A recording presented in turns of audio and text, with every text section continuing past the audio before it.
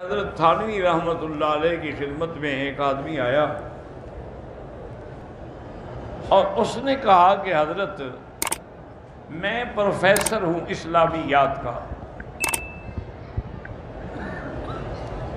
دوسری بات یہ ہے کہ میں عربی لغت کا بھی بہت بڑا ماہر اور مانا ہوا الحمدللہ استاد ہوں. میرا عربی لغت پہ بڑا عبور ہے اور مجھے دین سے محبت ہے، اس لیے قرآن سے بھی محبت ہے.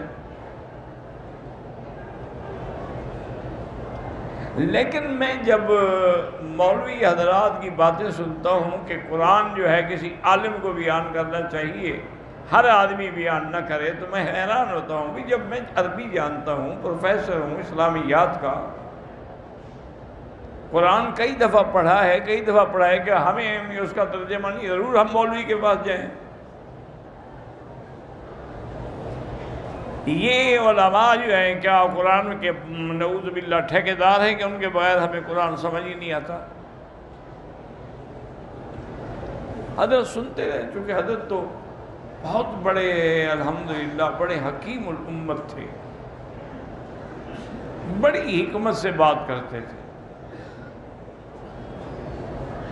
سنتے رہے. جب اس نے بات ختم کی تو آپ نے فرمایا اچھا ماشاء اللہ آپ کو اللہ کے قرآن کے ترجمے پر بھی عبور ہے؟ انہوں نے کہا ہاں جی بالکل، مجھے کسی آیت کا معنی پوچھ لیں.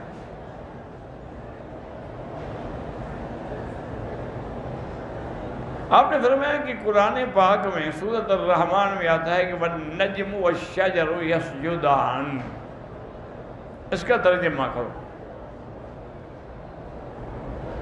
انہوں نے کہا جی یہ تو بڑا آسان ترجمہ ہے کہ ستارے بھی اور درخت بھی اللہ کا سجدہ کرتے ہیں.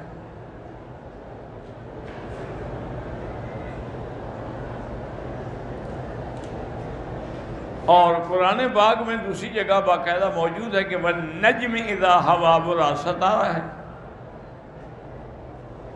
اللہ کے بندے جہاں بھی نجم آئے گا معنی یہی کرو گے. اس نے کہا جی اور کیا کر سکتے ہیں؟ تو پھر تم نے قرآن کو سمجھا کیا ہے؟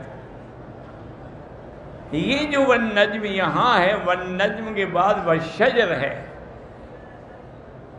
وہاں نجم کے بعد اذا ہوا ہے کہ جب وہ ڈوبتا ہے. درخت تو نہیں ڈوبتا نا. یہاں مراد یہ ہے کہ دو قسم کے درخت ہوتے ہیں، دو قسم کے بوٹیاں ہوتی ہیں. ایک وہ ہوتی ہیں جو زمین پہ کھڑی ہوتی ہیں، جن کی یعنی ساکھ ہوتی ہے، عمود ہوتا ہے. ایک وہ ہیں جو زمین پہ پڑی رہتی ہیں، بیلیں اس کی پڑی ہوتی ہیں. جیسے کدو کی بیل پڑی ہوئی ہے، آپ نے دیکھا ہے کہ متیرے کی اور خربوزے کی بیلیں پڑی ہیں، انگور کی بیلیں پڑی ہیں. تو یہ جو ہے یہ نجم ہے. شجر کہتے ہیں جو اپنے ساکھ پہ کھڑا ہو. تو اللہ تبارک و تعالیٰ کو یہ دونوں سجدہ کرتے ہیں. تو یہ معنی نہیں کہ اسی لیے ہم نے اس نے کہا تھا کہ علماء سے پوچھو کہ بندہ جہاں بھی نجم کا معنی آئے گا تم ایک ہی معنی کرو گے. اس کے تو سیاق و سباق کو دیکھنا پڑتا ہے.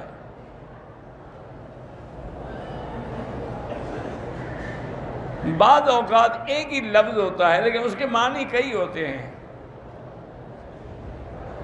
مثلا قرآن میں لفظ عین ہے. اب ایک ترجمہ تو اس کا وہی ہے آنکھ ہے، لیکن عین کا معنی جاسوس بھی ہے، جو جاسوسی کر کے خبریں پہنچاتے ہیں ان کو بھی عین کہتے ہیں.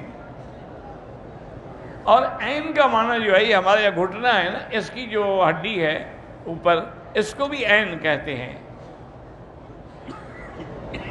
سورج کو بھی عین کہتے ہیں. تو آپ نے فرمایا اللہ کے بندے اب کیسے ہم فرق کریں گے؟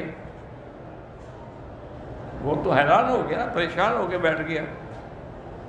ہم نے فرمایا کہ اگر ہوگا کہ عین طلعت، کہ عین جو ہے وہ طلوع ہوا، تو ہم کہ ہاں اس سے مراد سورج ہے. اگر آئے گا عین انکسرت، بھی عین ٹوٹ گئی، ہوں گے ہاں وہ گھٹنے کی ہڈی ٹوٹ گئی بیچارے کی. اسی طرح اگر آئے گا عین انفجرت کہ عین جو ہے وہ پھوٹ پڑی ہے، ہاں اس سے مراد وہ چشمہ ہے جو زمین سے پھوٹا ہے، اس کو بھی عین کہتے ہیں۔ فجرنا الارض عیونا،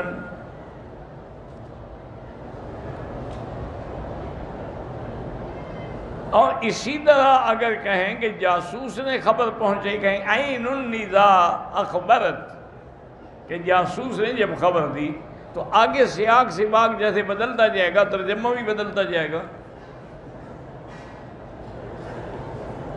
اس نے کہا کہ جی ہاں بات آپ کی مجھے سمجھ آ گئی ہے، اور میں توبہ کروں، اس تکبر میں نہ رہو کہ ہم قرآن سمجھ لیتے ہیں۔ یہی تکبر جنہوں نے کیا نا، نتیجہ یہ نکلا کہ آخر میں بھٹک گئے۔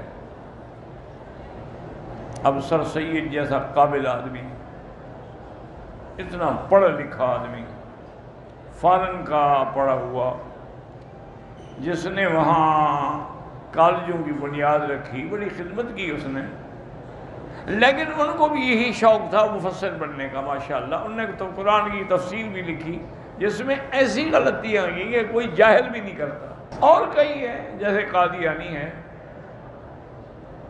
ان کے جو خلیفہ اول تھا نور الدین، اس نے بھی قرآن کے ترجمہ لکھا، اور ہر جگہ اس نے قادیانی کو ثابت کرنے کے لیے قرآن کے معنی بدل ڈالے۔ اسی طرح جیسے آج کل وہ غامدی پیدا ہوا ہے، وہ کہتے ہیں قرآن میں رجم کا قصہ ہے ہی نہیں، قرآن میں تو صرف کوڑوں کی سزا ہے، رجم کی تو سزا ہے ہی نہیں، رجم کا انکار کر گیا۔ اور بڑے بڑے لوگوں نے ٹھوکریں کھائی ہیں۔ نتیجہ یہی تھا کہ وہ کسی عالم سے نہیں پڑھے، اگر کسی عالم سے پڑھتے، ان سے پوچھ لیتے، مسئلہ حل ہو جاتا۔ اسی لیے علماء کہتے ہیں کہ جب تک کسی انسان کو اللہ نے 15 علوم سے آشنا نہ کیا ہو، اس کو تفسیر قرآن کبھی نہیں بیان کرنی چاہیے۔ 15 علوم سے مراد کیا ہے؟ یعنی صرف ہے، نحو ہے، معانی ہے، بلاغت ہے، احکام ہیں، ناسخ و منسوخ ہیں، اسماء الرجال ہیں۔